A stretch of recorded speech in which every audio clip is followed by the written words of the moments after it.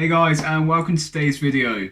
The TLDR, Too Long Didn't Read series aims to take potentially complex topics and compress them into short videos packed full with information.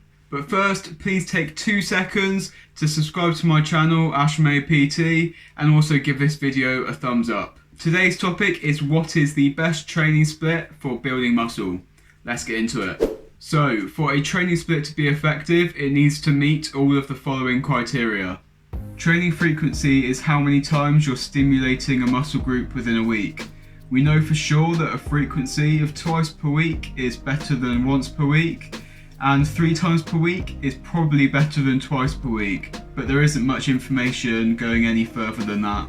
Volume distribution. Volume is the sets and the reps which you perform during your workout. For a good training split, this needs to be distributed in a way that allows for more sets to be done at a higher quality. 20 sets of legs in one session will be less effective than those same 20 sets across 2 sessions, for example. The perfect training split isn't perfect for you if it isn't sustainable. Consistency beats perfection. If you can only realistically train twice per week, then the split that has you in the gym 6 times per week isn't going to be the best for you, is it? You also need to enjoy your split for it to be sustainable. If the only split you enjoy is a bro split, then by all means do a bro split. If you're not enjoying it, you'll get bored and you won't put full effort into those sessions, which means you won't be getting the maximum amount from them regardless of how optimal they are. And lastly, a training split needs to provide adequate recovery within the training week. For example, if you have 3 leg sessions per week, then you're not going to put those leg sessions on Monday, Tuesday and Wednesday. You're going to spread them out. Your split needs to allow for optimal recovery between training sessions. So bearing those factors in mind, here are my training split recommendations.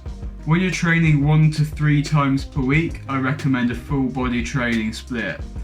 An example of this would be full body on Monday, Wednesday and Friday, with all the other days filled in as rest days. The advantages of this is that it's good for beginners because you can scale it from 1 day a week to 2 to 3 nice and naturally.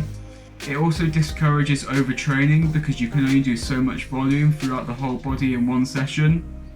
It optimizes frequency within the available training days, and it has frequent rest days for really good recovery. The disadvantages, however, is that optimal programming can be difficult. There are definitely potential recovery issues. It can also be difficult to fit in your volume requirements because you are trying to get so many muscle groups into just one session. Also, because of that same reason, sessions can take a very long time because after you've done legs, you then have to warm up your chest. After you've done your chest, you have to warm up your back. You always have to warm up the next muscle group. Next up is push-pull leg split, and I recommend doing this when you're training 6 times per week.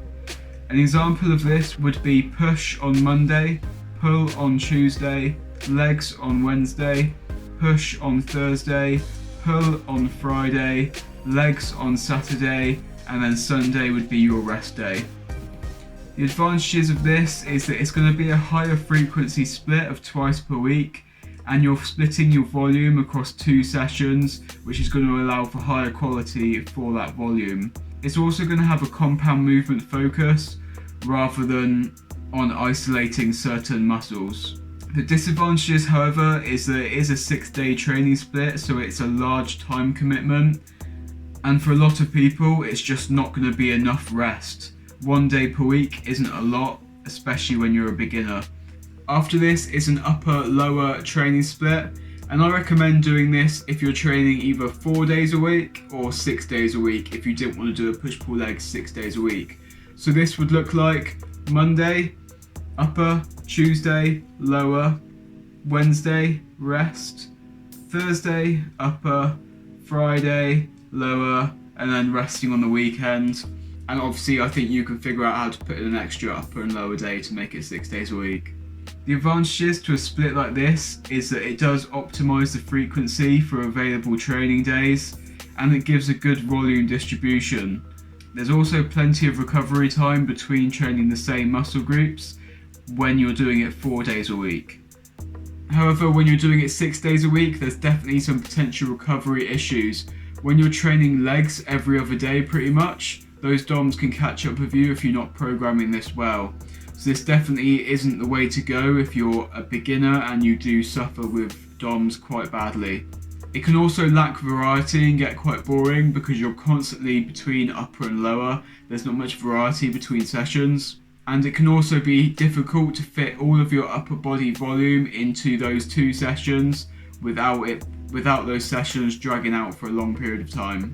The next split is an upper-lower push-pull leg split, and I recommend doing this when you're training 5 days per week. An example of this split would be upper on Monday, lower on Tuesday, resting on Wednesday, push on Thursday, pull on Friday, legs on Saturday, and Sunday as your rest day. The advantages of this is that there's frequent rest days, so you can definitely get good recovery doing this, and you've also got that higher training frequency of twice per week for every muscle group. There's a lot of variety between sessions because every session within a week is slightly different, and you're getting a nice volume distribution across the upper and lower body muscles.